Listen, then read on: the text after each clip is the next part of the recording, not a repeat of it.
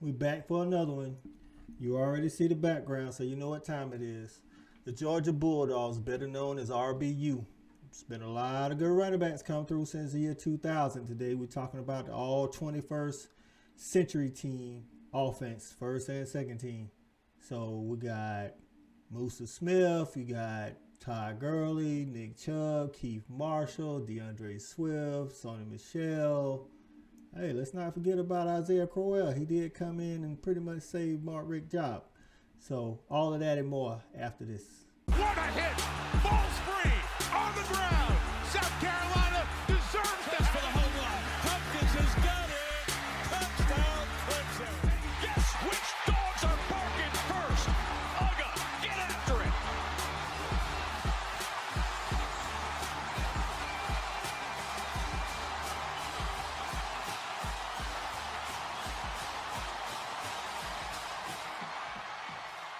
Welcome into the Fan Addict, the sports channel for sports fans by a sports fan.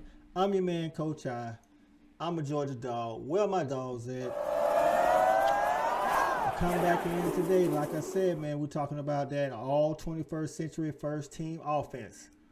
Who gonna be the starting quarterback? I know it's gonna be a lot of opinions out there. If you already know who would be your starting first team quarterback and second team quarterback, go ahead and put that down in the comments. Let me know what you got. All right, but until then, until we get to the quarterback, we're going to go ahead and bring in my friend. He back again, Kermit Walker, to help us out, figure out who's supposed to be on the first and second team. What's going on, KC? What's going on, brother? Hey, we back in here for another one, man. You got that offense ready?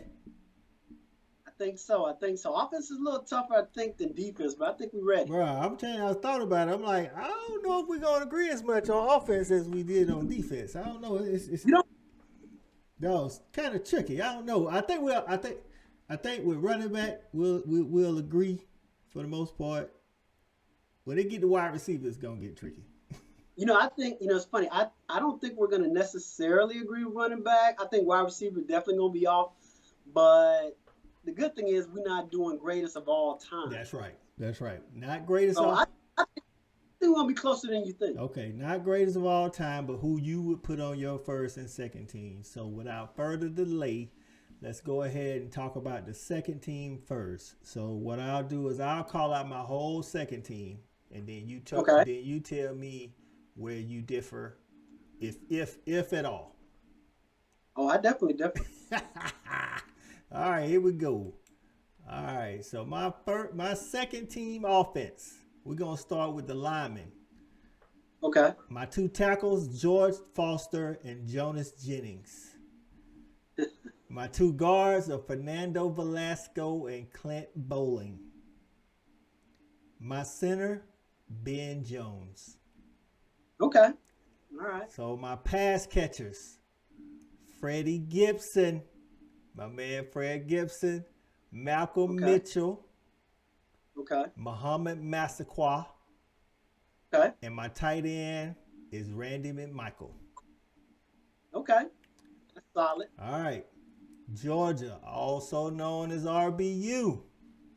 Yes, sir. My two running backs for the second team offense, Sony Michel and Noshawn Moreno.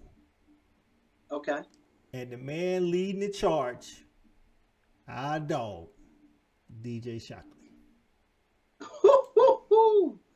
Wow. Okay.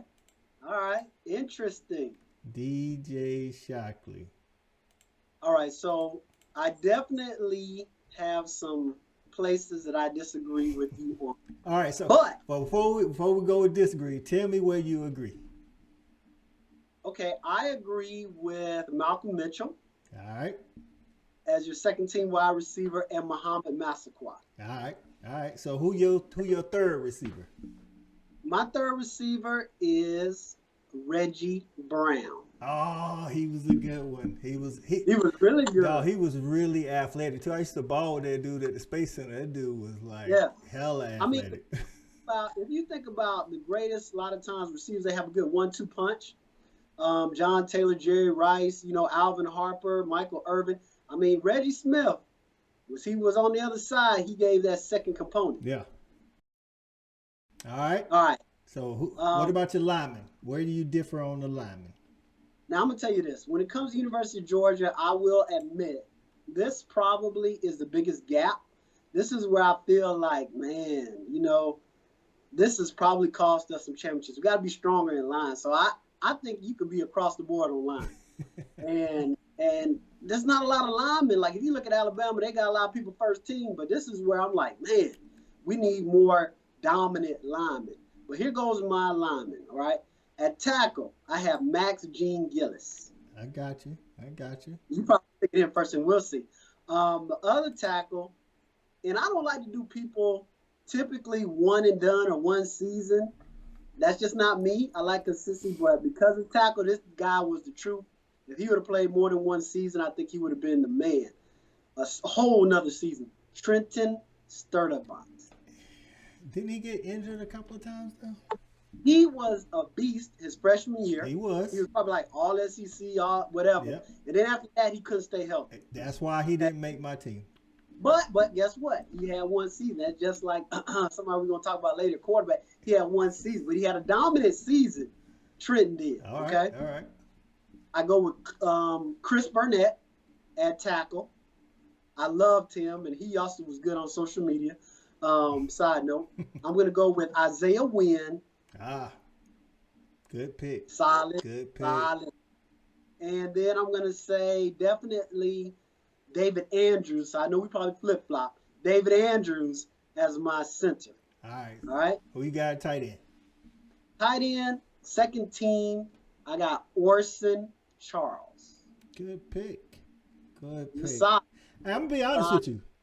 Mark, I mean, him and Red, I understand Red McMichael. Mark Rick had some dogs at that tight end position. I mean, bruh. And we actually threw the ball to him.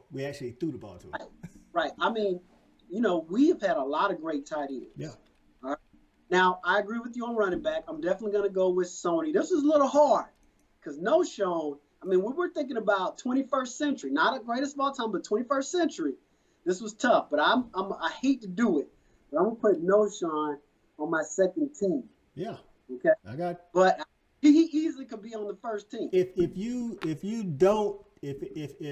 take, I ain't gonna say take away the stats, but if you actually look at the stats, I think No-Shown is like number 8 all time in our history. But 2 seasons.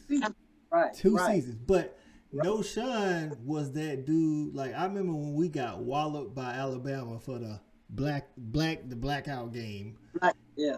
Dog, No-Shown was like, yo, just give me the ball and get out the way.